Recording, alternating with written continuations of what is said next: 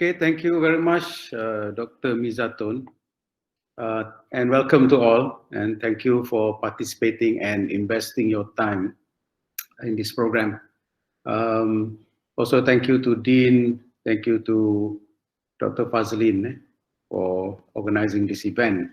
So it gives me great pleasure to be able to see very many familiar faces again. Selepas PKPB, yeah. So I hope you all are doing fine. What we are going to discuss this morning is regarding research and mostly focusing on ethics of research, something which is should be close to all our minds and all our hearts.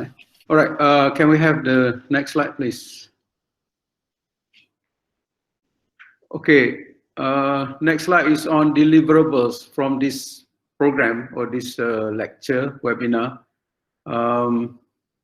Hopefully we can appreciate after this some of the ethical dilemmas we find in research and innovation. And then we just go through a bit on theories of ethics, not much, but just understanding the basic theories. And then probably we will go through, of course, the scope of conducting research, what entails in a research in research activities, the one that we are doing now.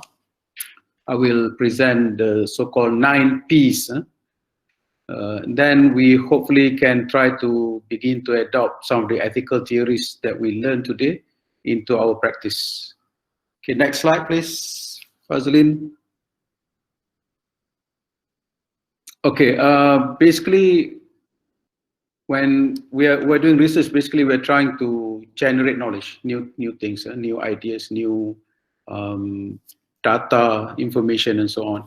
And whenever there is a new knowledge being created, there is always this question on whether it is being created in the right manner or the wrong manner. I mean, overall, how it is generated, for example, how the knowledge is validated, and then how the knowledge is disseminated.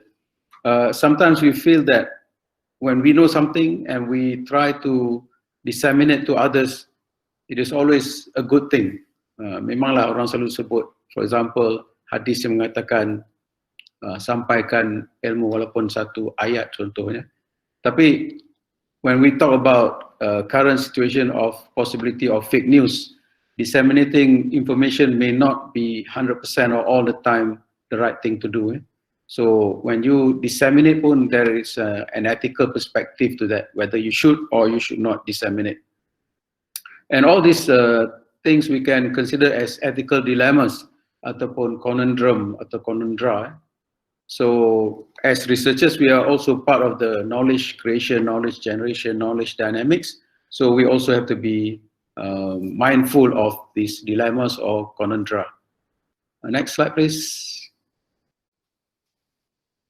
Okay, samples of ethical dilemmas, plenty of them, just listing a few.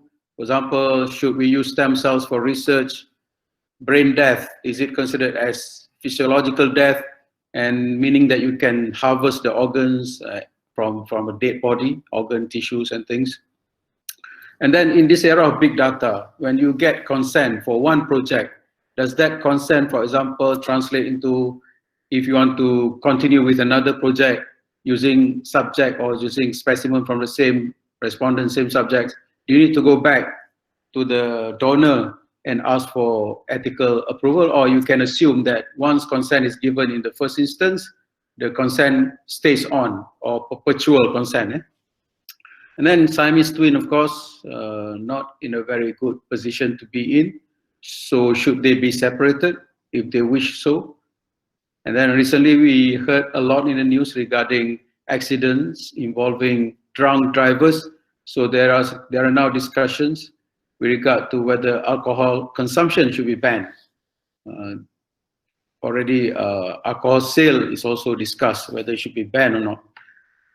Euthanasia or mercy killing or self-suicide, is that legal? Of course, in Malaysia it's not legal, but some countries in the world have already legalized euthanasia, and people are traveling to these countries to actually carry out this so-called mercy killing or self-inflicting death. Marijuana, another issue being debated now. Should it be allowed for recreational use, for example? In America, some states are already doing that. And in Malaysia, there has been discussion on whether we should proceed in trying to use marijuana for medical purpose. Abortion, this is a very hot issue, always debated, especially during American presidential election. One candidate will say will be pro-abortion, the other candidate will be pro-life. So it's always a constantly debated issue. And then in Malaysia also, discussion with regard to those attempting suicide. Should they be prosecuted? For example, if they fail in their suicide attempt, they survive, can they be prosecuted? Under the current law, they can, but this has been debated whether it is ethical or not ethical. And then for pharmacists, for example, dispensing soon to expire medication, is that ethical? Of course, there's no law that can stop them from doing such thing, but as professionals, pharmacists and many other professions, they have their code of conduct, code of practice that they must adhere to. So in the code of conduct, it says that they should not dispense soon to expire medication, for example. Next slide, please. In research, there are also ethical dilemmas or ethical issues. The current issue, just back to dilemmas, with regard to coronavirus, there are also ethical questions already raised. For example, in a pandemic, is it ethical, for example, to put people who are at the epicenter, just maintain them there and not allow them to move out, for example? Is that ethical? And the other thing is, for example, when we have the pandemic, is it ethical to allow our medical workers, frontliners, to still engage in these activities, whereas there is always danger on them? And in some European countries, we know quite a number of fatalities have occurred among frontliners. So these are also ethical issues. Going on to the next slide, please. In research, we have ethical issues, for example, commonly discussed when it comes to publication in terms of the first author. Who should be the first author, the supervisor or the postgraduate student? And then when it comes to declaring the sources of funding for a research project, should we declare, is it okay to declare multiple, you get funding from multiple projects, multiple grants just to do one project? Is it ethical? And then in terms of when you have to evaluate or assess research proposal, if you have some relation to, or you have some interest in an institution, should you assess proposal coming from that institution to give grants to that particular project? And in this current at the current time, there are also universities which are private or public listed, private universities which are public listed, and you have shares in these universities. So if you have to assess proposals coming from that university, would you be able to do that in an unbiased manner? So these are all ethical issues that are being faced by many of us who are researchers. Next slide, please. Slide number 7. Okay, when it comes to ethical dilemmas, what's the solution? How do you find the way out? Some can be settled by looking at the laws. So these are all stated very clearly, so we can just go to the law and apply whatever rulings available in order to solve these so-called ethical dilemmas. That's quite straightforward. But in many cases, these ethical dilemmas, there are no legal solutions to these dilemmas. So when it comes to that, because different people look at these issues differently. To some, it may be okay, to others, not okay. So in these cases, we try to refer to ethics and try to have a common understanding of these issues or these dilemmas.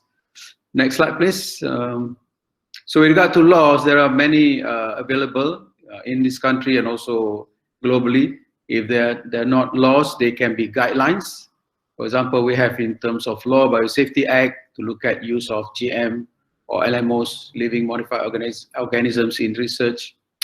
We have Human Tissues Act of 1974. That one is to look at whether we can use tissue for transplantation, because organ donation and transplantation, these are two major ethical issues also in medicine.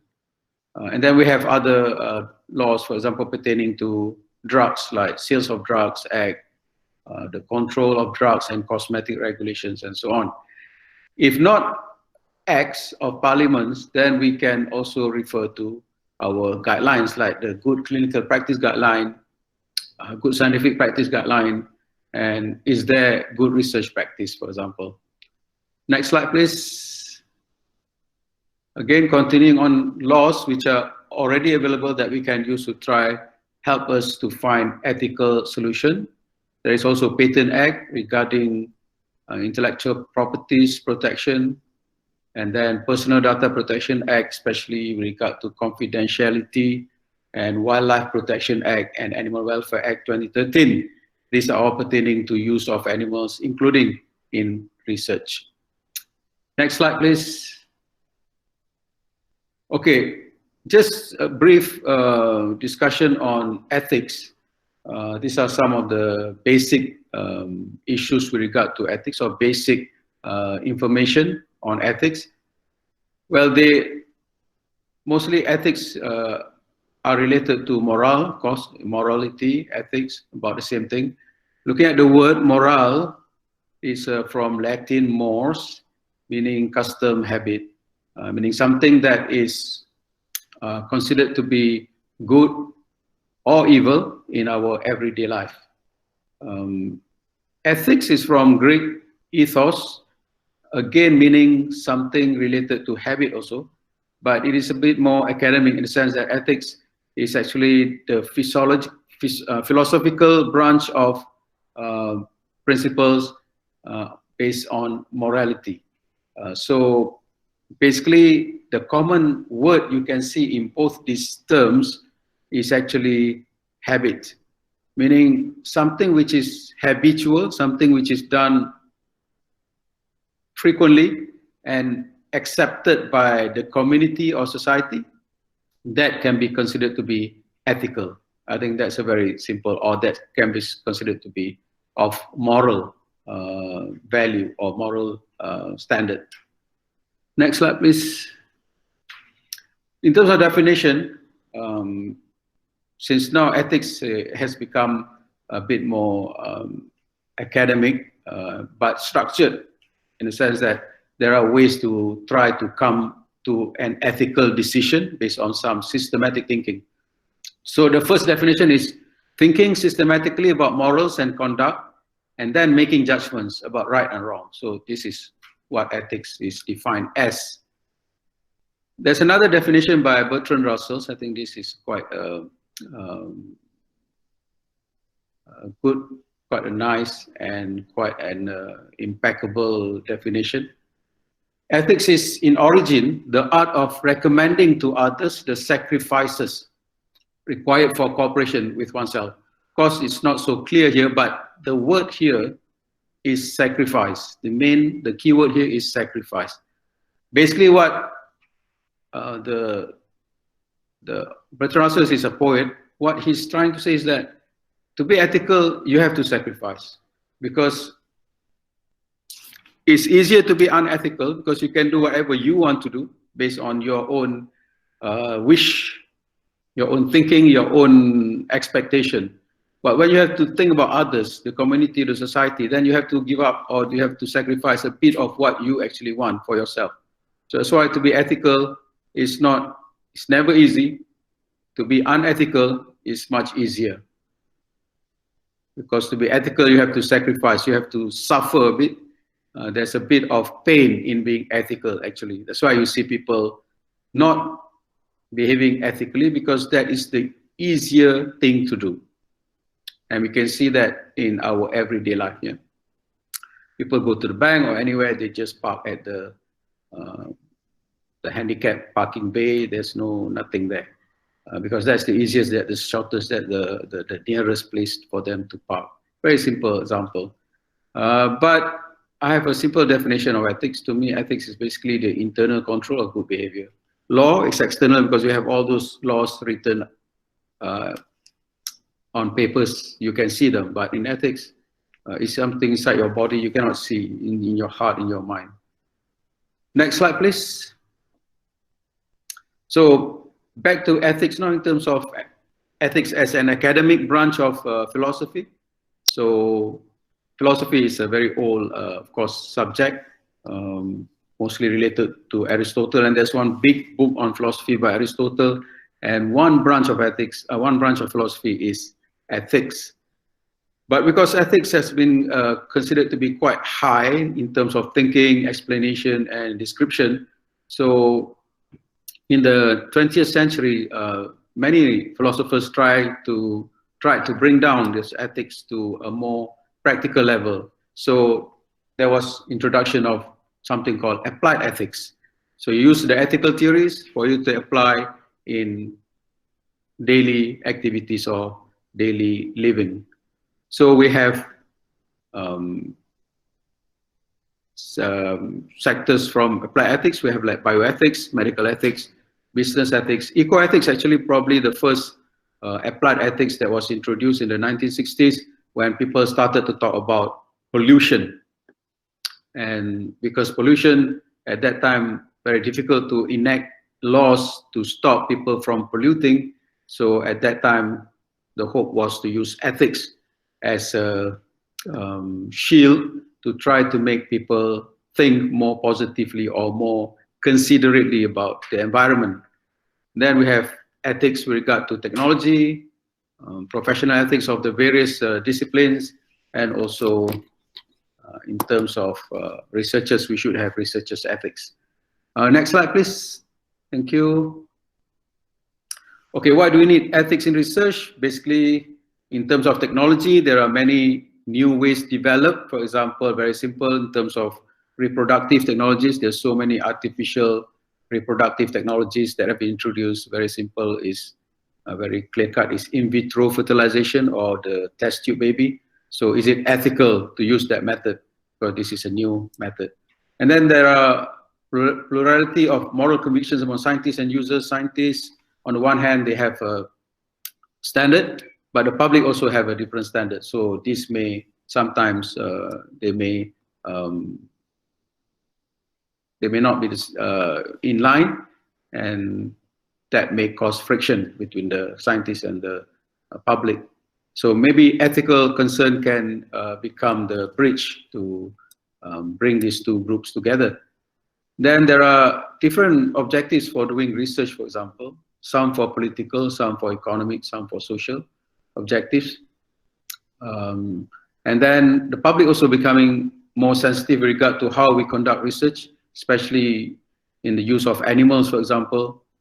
And then, of course, universities, researchers, we have accountability to our grant providers. And then finally, moral issues now have become very complex, and scientific discoveries have really challenged a lot of previously accepted moral values. Next slide, please. So in terms of theories of ethics, I would like to just introduce 5 theories. The first one is called theory of virtue, proposed by Aristotle. Basically, the statement is that virtue is practical and that the purpose of ethics is to become good, not merely to know. So I think we discussed this also in some religious discussion, theology-based discussion. Basically, what you learn or what you try to become, yes, good, but how do you translate that into practice? The second theory is with regard to universalism. This is where ethical principles should be or should encompass everybody. Or if you make a decision, that decision should encompass to bring good, for example, for everybody. So everybody should be agreeable to this principle, agreeable to this action, and accept this action. And this is never easy to do, except if you're in a small community, for example, small group, maybe everybody can be, you know, can agree to just one way, one method, or one decision.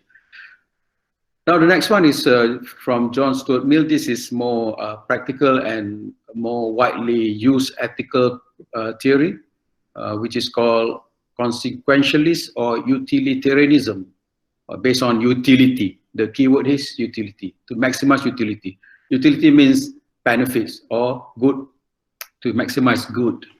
So the proper course of action is considered ethical if it brings maximum happiness to the most number of people and reducing suffering to the least number of people.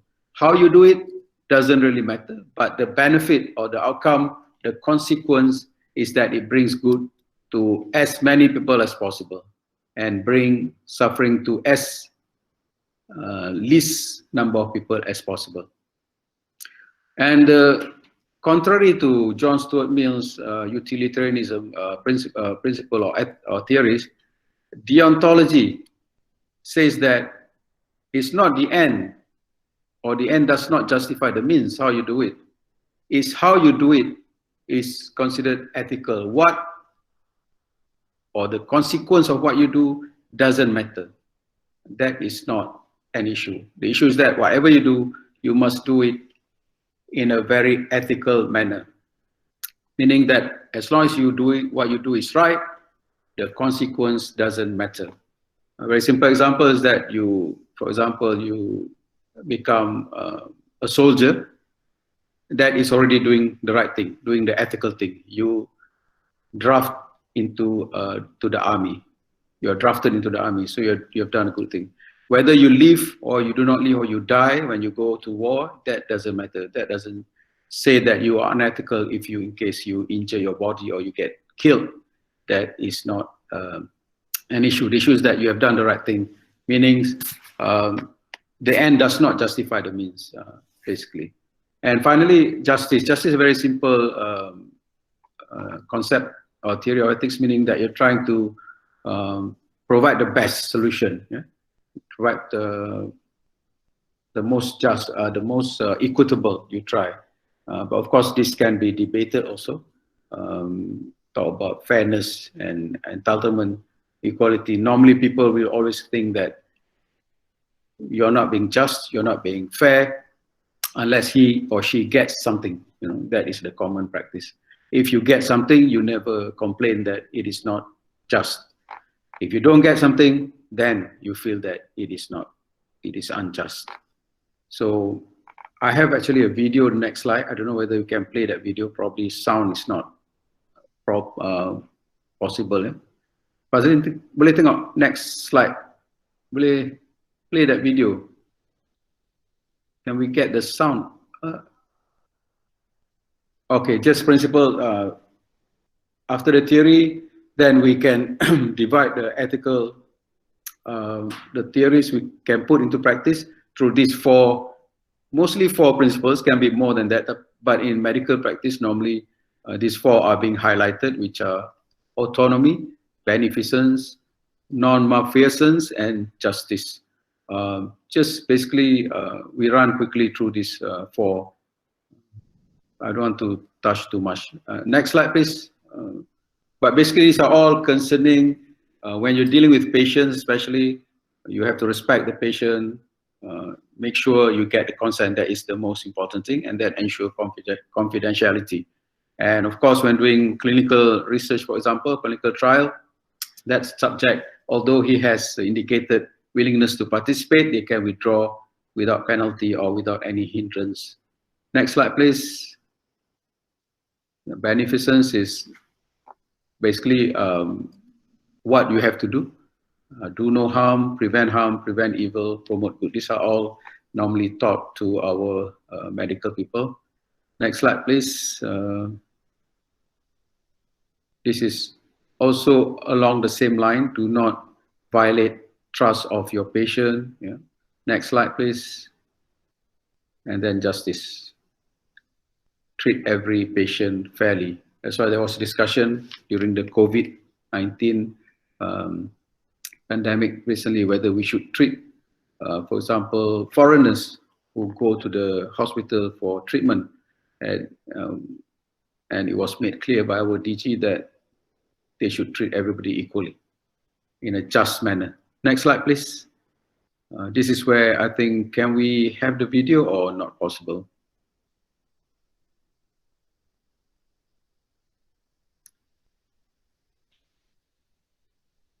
The video, if you can just click play at the bottom, but maybe it's not so straightforward. But never mind, Rosaline, I think maybe the video will not play or without sound. We move to the following slide, please.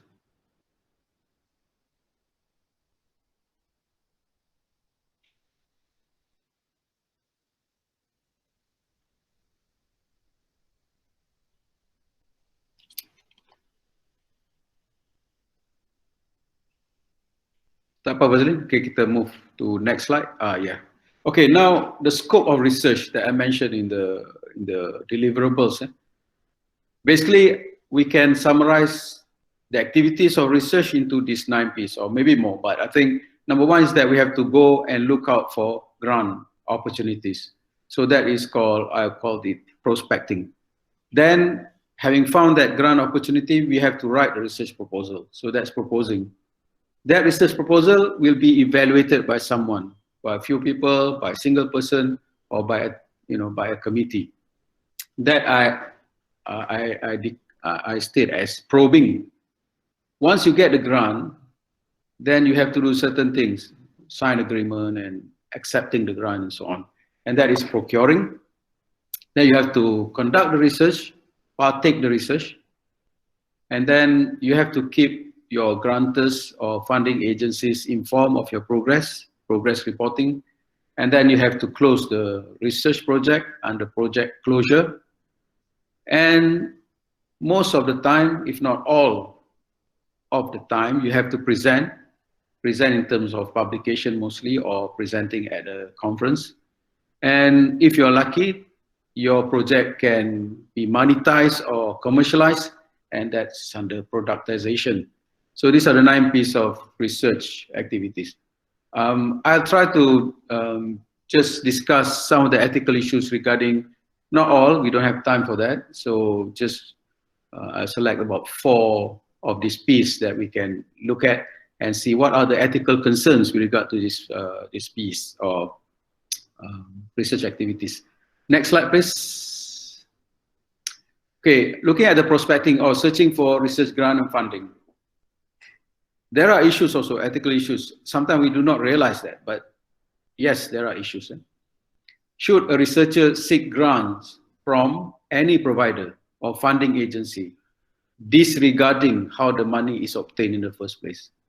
Okay, there are issues here because when you have funding, there are agencies that are always willing to fund you. But do you just, accept the first fund that comes to you without looking at the background of this company? Most common or most debated would be a research grant from a tobacco company. They are involved in commercial activity of selling cigarettes and related materials, and we know that this cause harm to subjects. And since we know that, and we are in the health profession, should we go and accept grants from them?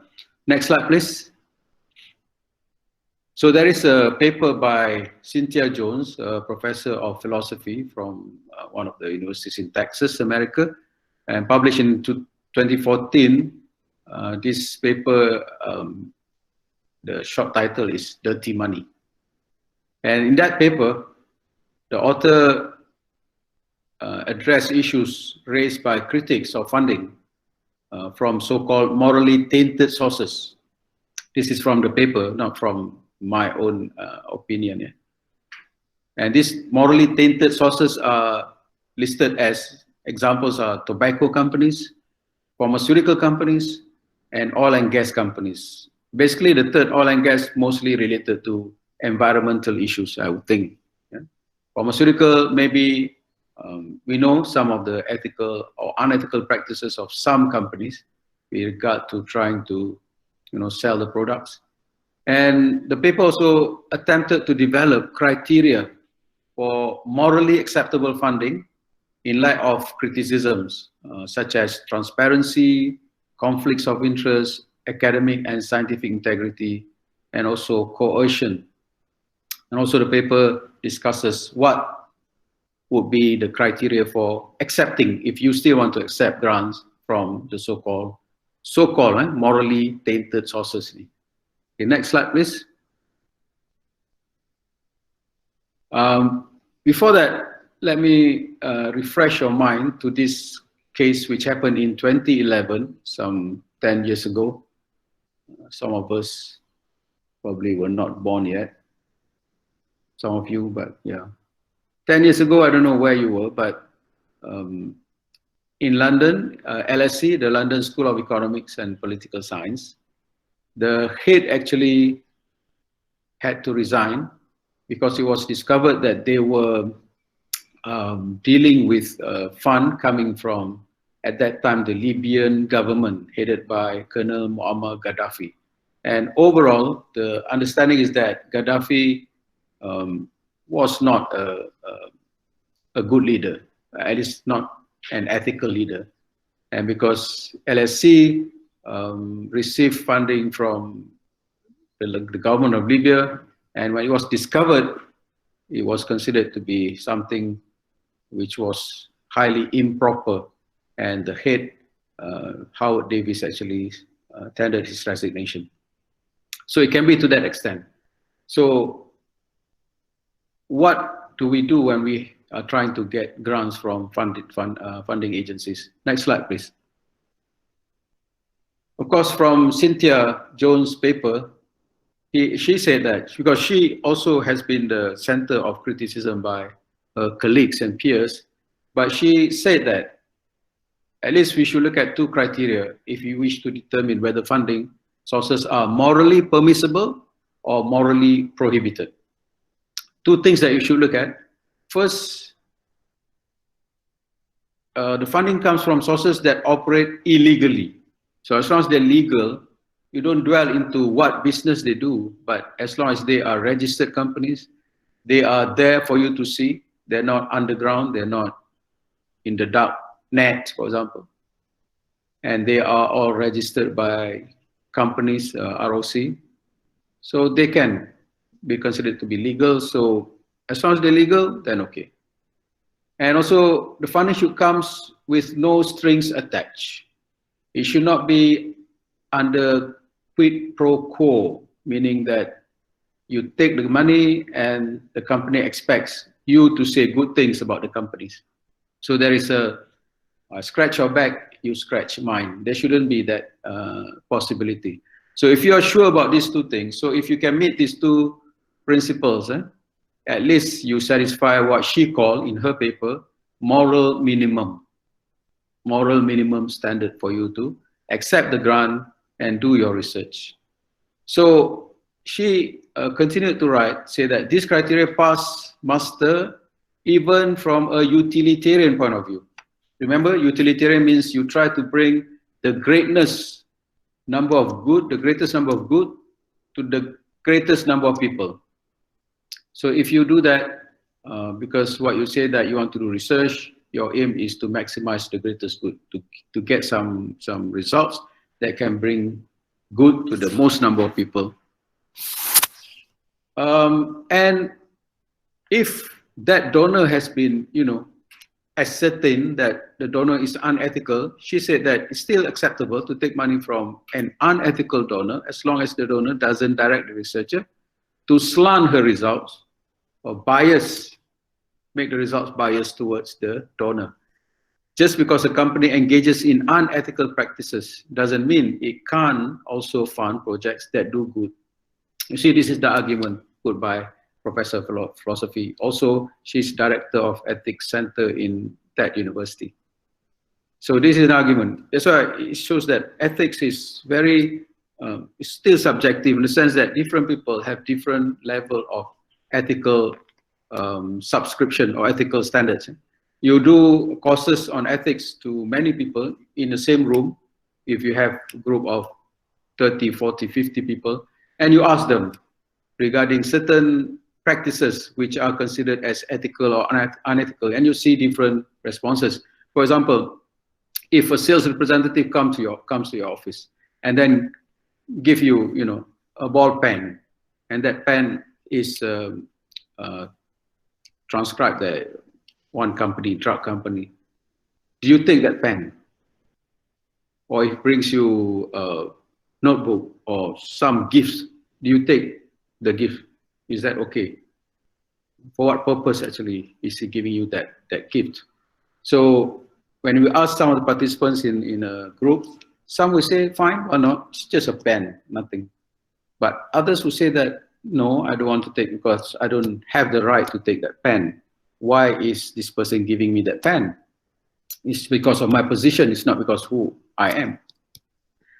Then we go further. We say that this company, for example, wishes to take you out for a workshop, one-day workshop, for example, in KL, everything provided, lunch, everything. Then do you accept or not? Some say yes, some say no. Some say it's for the benefit of the department, the faculty, why not?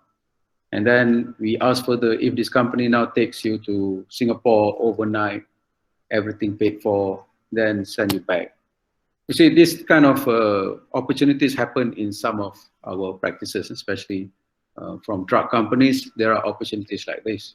And then further, what if the company takes you to Europe, attend a conference or workshop in Paris, and then after that, put in a tour of Paris, and then tour of Paris, Disneyland Paris, and so on. So do you go or not? So when you put up questions like this, there are people who will stop at the first level of that pen, while others will say, why not? We're just going there on a professional basis, as long as we're not tied down to the demands of this company. But you see, in business, of course, there is a saying that there is no such thing as free lunch. Whatever that you take, whatever that you accept, there is always a little string attached to that. And then there may come a time in the future when that string will be pulled, and then you will have problem. So it's best to stay away or to get sucked into this issue, because people also argue the so-called slippery slope argument. Once you go down that slope, there is no coming up or there is no turning back. Once you go down, you slip downwards.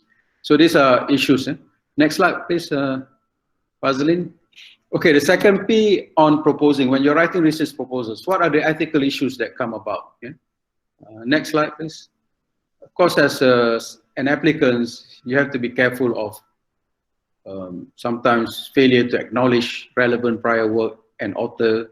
So we're doing a lot of assessment, many of us, and we see that sometimes the acknowledgement is not there, and then sometimes the project, the stretching of the truth, of the viability, although we know that the project is very difficult to be conducted, but we still go for the grant and come up with some false statements saying that, yes, it can be done, but the risk, you know, sometimes it doesn't worth taking that risk.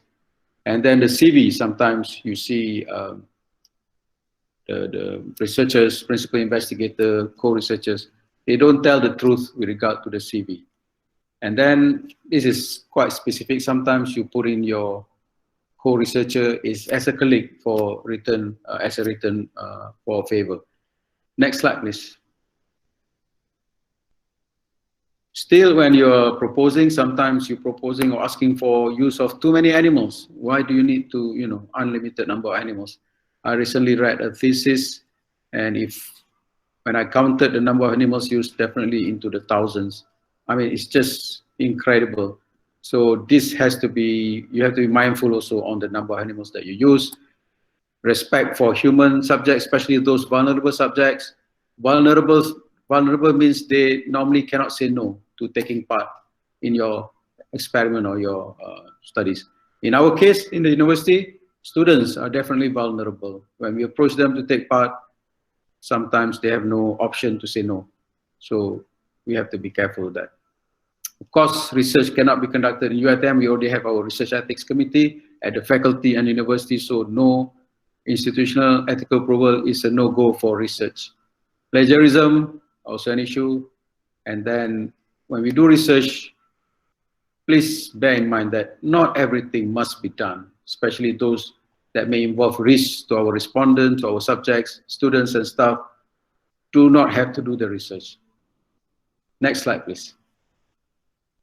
And then the fourth P, we come to the third one later. On conducting research now, when we're doing research, what are the ethics that we have to worry about or we have to take care about? Next slide, please. Okay, for KPT, these are all the ethical policy that we give out to our researchers and also to our assessors. Accurate reporting of findings, fair dealing of other researchers and their IP, and then employment conditions for research staff, the environment of the lab, and so on. Next slide, please. Next slide. Honesty to research staff, confidentiality of information, and then impartiality of researchers on the subject matter. So these are expected ethics when doing the research. Next slide, please. Other concerns when human subjects are involved, even animal subjects also, we have to be very careful with regard to the ethics and also how we treat them. Usage of human remains, for example, those involved in forensic studies, human, animal remains, we have to be very ethical in our conduct. Destructive analysis of historic artifacts, these are studies involving those doing research on historical remains of cities or towns, villages. Damage to the environment, release of microbes into the environment, and then use of sensitive social, economic, political data. We always have to be careful when it comes to research and the dissemination of the information. That's why when you work with Ministry of Health, there's always a, you have to be, you have to know that before publishing, you have to get approval from the DJ himself. Next slide, please. When it comes to ethical approval, we now know that in every location where research is conducted, there's something called IRB, Institutional Review Board. In UiTM, we have our REC, Research Ethics Committee. So please make sure that you submit to REC before you do any research. I think this is quite well known now. Next slide, please. Yes, this is to remind or just to refresh the minds of our assessors when you're doing research or assessing research proposals. And many are already involved in this now in UiTM, in pharmacy also. Let's see what we have to do when we are assessing research proposals. Next slide, please. Continuing. Next. Okay, before you are appointed an assessor, the sponsor will look at all these things in you, whether you are an expert in an area, whether you can be objective in your decision, you have good judgment, whether you can think clearly and logically, whether you are able to review proposals in the specified time frame, and you can do the assessing or evaluation yourself, not delegating to others. And then to respect IP of applicants, in the sense that you do not disseminate or you do not reveal whatever information regarding that proposal to others. Just sometimes not easy to do, but this is something that you must do when you are assessing.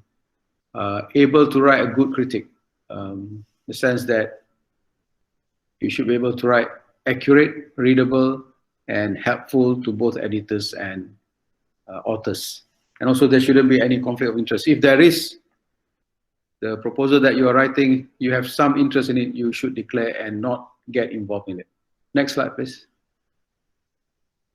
When you're writing the critique, please, many of you are young and you are going to be assessors in the coming years, for sure. When you're writing the critique, please, though it's difficult to write critiques, but you must try to write it as clear, as concise, and as accurate as possible. Because whenever you assess something, the comments will go back to the applicant for them to improve, so that the proposal can be improved for another opportunity. And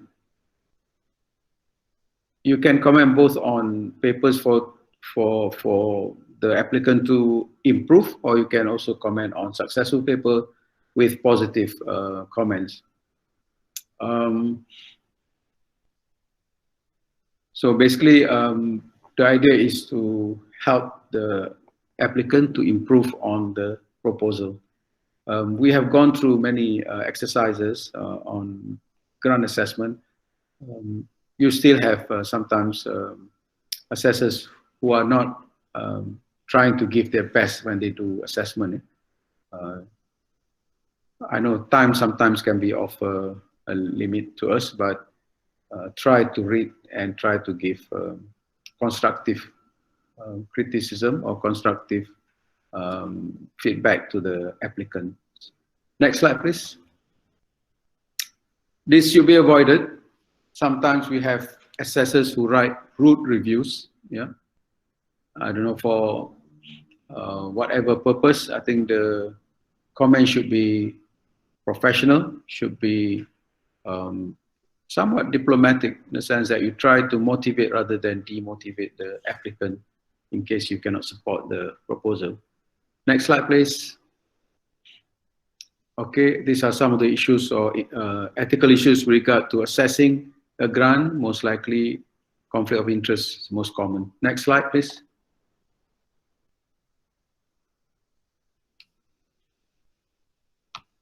Okay, at this point in time, just to have a quiz on this method.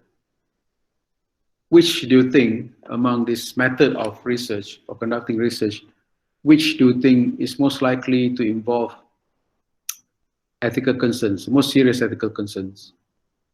Whether you are interviewing in person, whether it is in the mail, whether you're observing in public place, when you're analyzing data from secondary source, or when you do content analysis, which do you think will have the most serious ethical concerns?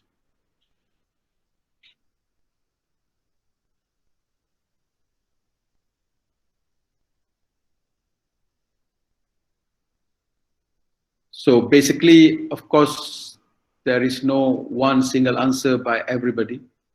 It will depend on how you conduct the research. To me, A would be quite challenging with regard to ethics when you have to interview that person face to face.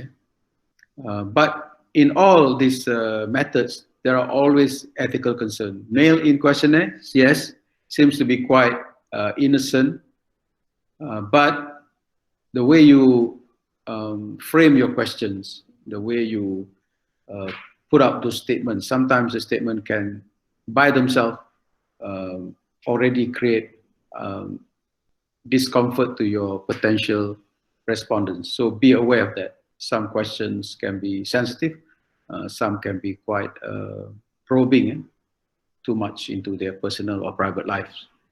Next slide, please.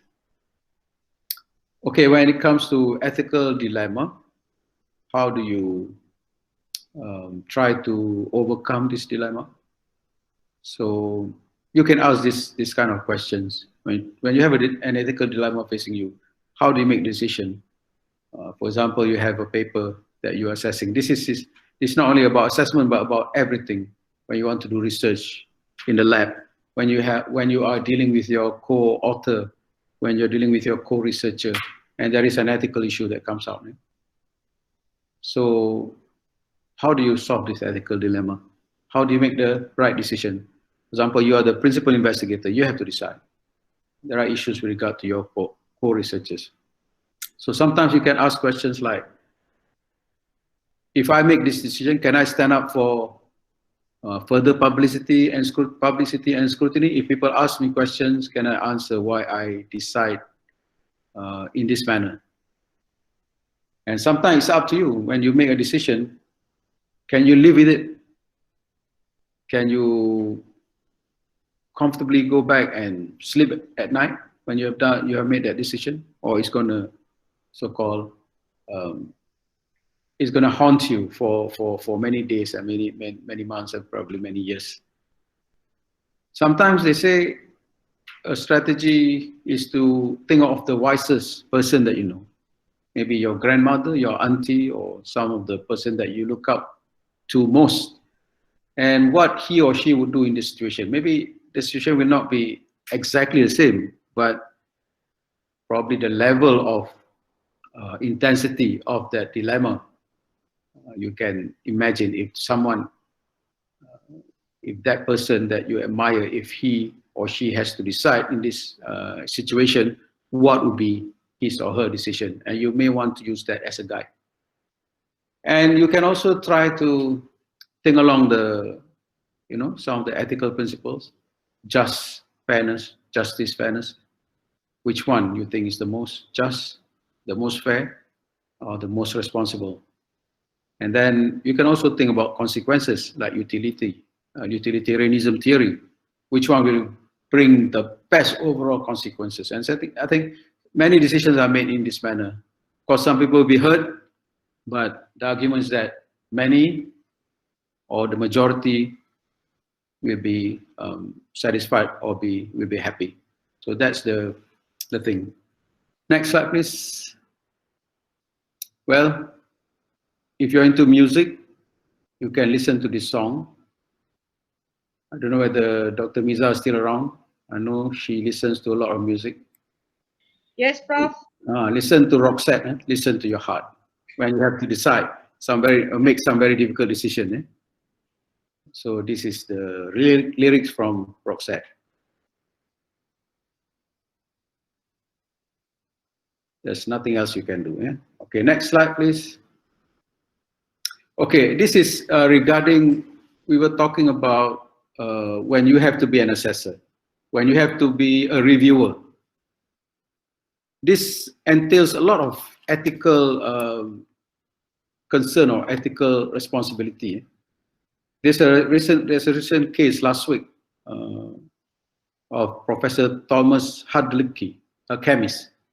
And in his book, or update of his book, The Way of Synthesis, he wrote, or he expressed his irritation about preferential status in chemistry for women and minorities. And he put that in his article. And that article was supposed to be sent to this journal, German journal, Angewandte Chemie. And that article was reviewed and was recommended by referees and then approved by the editors and was published. And the moment it was published, it was read, that particular statement was considered as a huge insult to many in the community. And quickly, that journal just removed that article. But the damage has been done. And the response from Wiley, this was a statement given by Wiley on the website, is that they apologized for their oversightedness. They did not foresee that. And as a first immediate response, they removed the article, and then 2 editors were suspended, and 2 international referees would no longer have any deal with that journal in the future. That was the, so meaning that in whatever capacity that we are in with regard to research, from all the 9 P's, from the very beginning right to the end, and also in assessing other people's proposal, other people's paper, be very mindful, we are all responsible, ethically responsible to give our best and to stick to the um, the ethical principles or ethical theories of our choice, and we stick by that, and we can defend ourselves by that. Next slide, please. So take-home message from this webinar, hopefully. In doing research, innovation, we can rely on laws and regulations or guidelines. But in many circumstances, there is no such guidelines. We really have to go back to some ethical principles or ethical theories to help guide us to make, hopefully, the right decision. Because it's about rightness and wrongness. It's not about right or wrong. Rightness, meaning there's a certain level of correctness in the decision. Wrongness, there's a certain level of incorrectness in the decision. It's never, when it comes to ethics, never like 100% right, 100% wrong. It's just a matter of level. That's why different people, I mentioned earlier, have different standards of ethical subscription or ethical principles. So, and just another point is that ethics is now very much structured. Like I said, we can use this structured method of solving dilemmas by referring to some of the ethical theories that I mentioned earlier. Okay, next slide, please. Probably the last slide. So this is a good quote. Somebody says it's from Confucius. Some says it's Chinese proverb. I'm not sure, but I like this quote. Say that if you want a year of success, yes, grow grains, very simple. 1 year you get the harvest. You want 2 years, grow trees now. Actually, yesterday we planted some serai. Serai would be for 1 year. We planted serai in UCS campus. For years of success, we planted some durian king also, musang king also, in UCS campus. Hopefully 3-4 years we can get some return. Dato Wilayan, hopefully we'll be able to enjoy musang king puncak alam. Dato, hopefully. But if you want 100 years of success or perpetual or continued success, we have to grow people. We have to make people more ethical. We have to make people of high moral so that that success can be sustained. Okay, ladies and gentlemen, boys and girls, thank you very much for attending this talk. And I hope you have invested your time and have benefited from attending this program. Thank you. And then back to Fazlin. Sila, Dr. Fazlin. Not Dr. Fazlin, it's me, Prof. Oh, Dr. Miza, thank you very much. Sorry. Saya belajar. Silap. Okay. So we're open for questions and answers. Anyone would like to ask Prof. Bakar?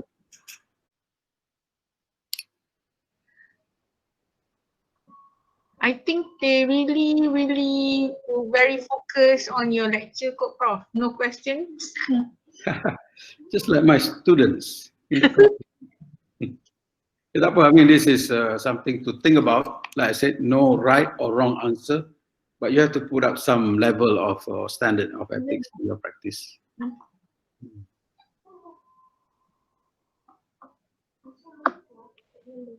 Okay, thank you so much, Dato, for that presentation. I can only give you an emoji as a token of appreciation. I have a question. So I have a question. Okay, please, okay. Go ahead.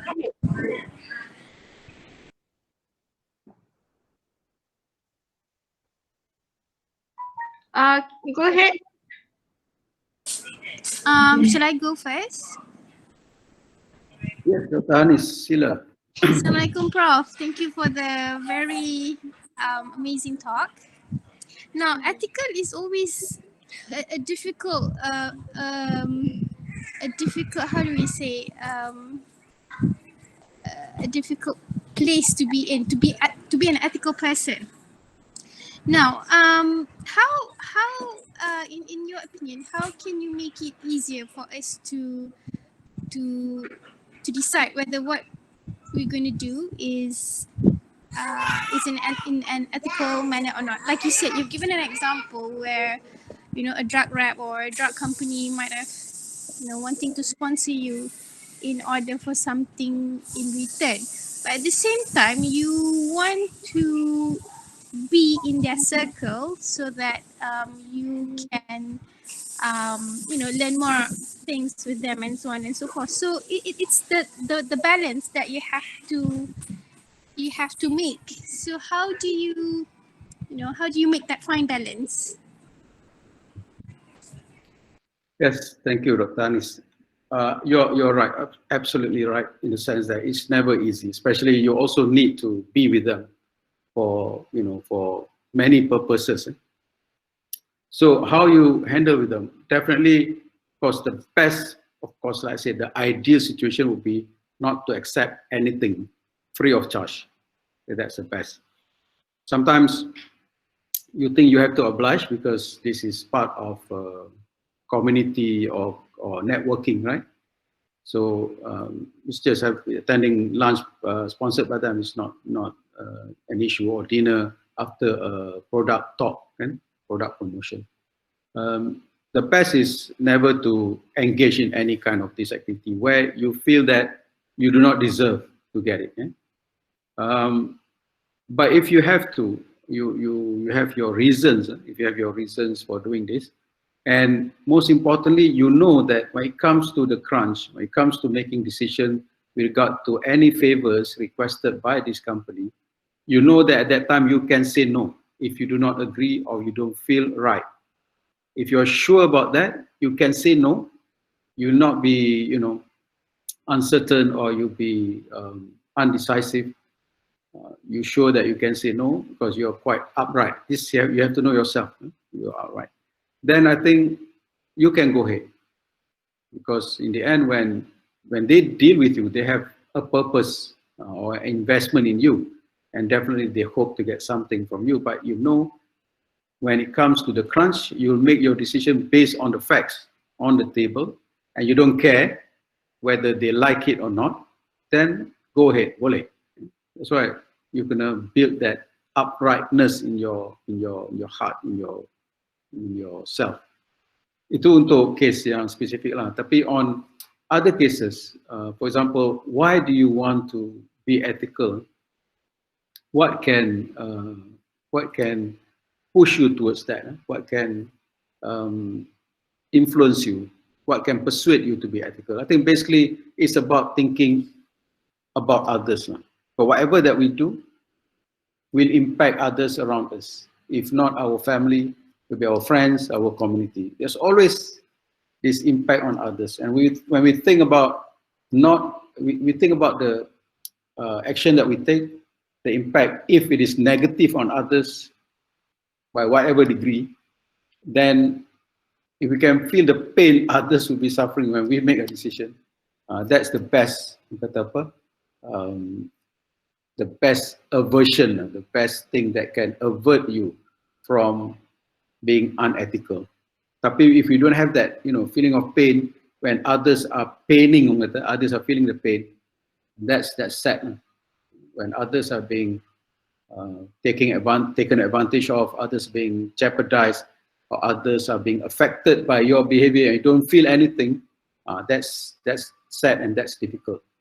But if you can start feeling something that others can feel due to your action, then you start, at least considering and becoming more ethical.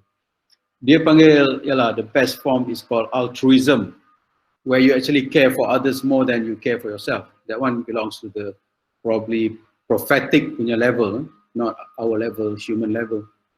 But why not try to move towards that?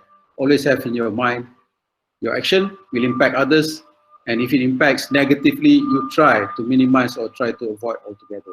So that probably can persuade you to become a bit more ethical. Itulah Hanis, my input. Tadi ada... You, Prof. There's one person more, HDIGO2. I'm not so sure what's your full name, sorry. You would like to ask a question for Dato? Yes. Hi, Prof. Hi. Thank you for your presentation and spending time with us. My name is Nur Safwan Hadi from Faculty of Pharmacy and Health Sciences, UNICA CMP. I have one question in regard with the issue of who will becoming the first author of research when we are supervising the grade, postgrad or undergrad student. What is your opinion regarding this issue, Prof? This is a personal opinion because normally it depends on where we practice or where we were trained and how we were trained. So my practice is that the student comes first, and then supervisor comes later. Itu je principle je. Of course, supervisor would argue that when it comes to promotion, then the promotion committee can sometimes, question why you are not the first author and things like that. In that case, then the supervisor will have to defend why they choose to be the last author or the middle author. So I think to me it's quite clear cut. The student comes first because most of the work would have been done by the student. I know there are certain people or certain groups of people who would even argue that supervisor should not be there altogether. Itu pada lagi extreme there. The other extreme is that the first extreme is that supervisor comes first, student later, but supervisor, the ideas come from supervisor. So supervisor should be first. Then the other extreme is that supervisor should not be there at all because supervisor has no business in that paper, all written by the student. So I'm not sure about that, but my stand is that middle is that, or the way I was trained, is supervisor, student comes first, supervisor later. All right. Thank you, Prof. Okay. Prof, there's a question from Dr. Ju. Whistleblowers are motivated by moral reasons above else. Is whistleblowing ethical or unethical? Whistleblowing, or of course, there is even an act to protect whistleblowers, because whistleblowing is never easy. But if whistleblowing happens with facts and figures, I think that is, I would say, commendable, that is accepted, that is ethical. The problem with whistleblowers, sometimes we refer as surat layang. Surat layang whistleblowing is, I think, is not ethical. But I know some institutions, organizations, they even pay attention to surat layang. Surat layang pun to them is feedback, or is kind of whistleblowing juga.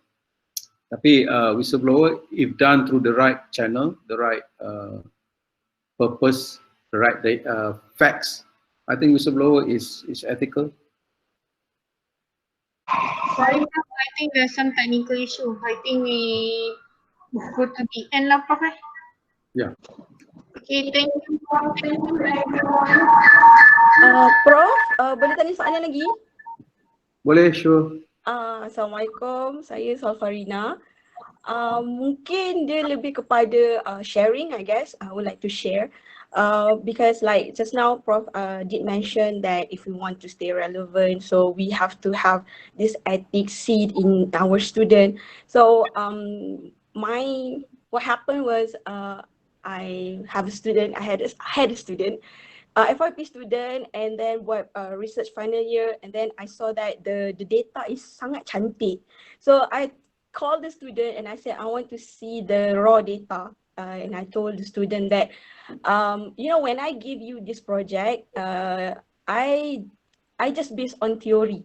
So it doesn't really mean that I'm going to be right. So you are doing the experiment and you can counter back my hypothesis. So I don't need data yang cantik, I need data yang benar.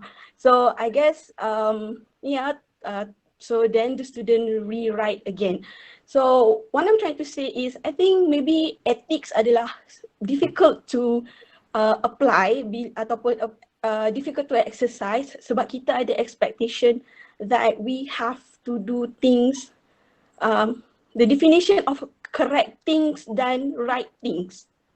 You see, so I guess what I've learned from this student is that is whenever I write a grant, so I always tell my student that I don't know if this is going to work, but apparently I got grant. So let's do the experiment and kita report the right data. So I guess, yeah, it makes me happy in a sense and content sebab try to report the right data. So I guess that is ethic, Prof, yang kita cuba stay supaya kita tak terlalu kejar the correct one too. That's all.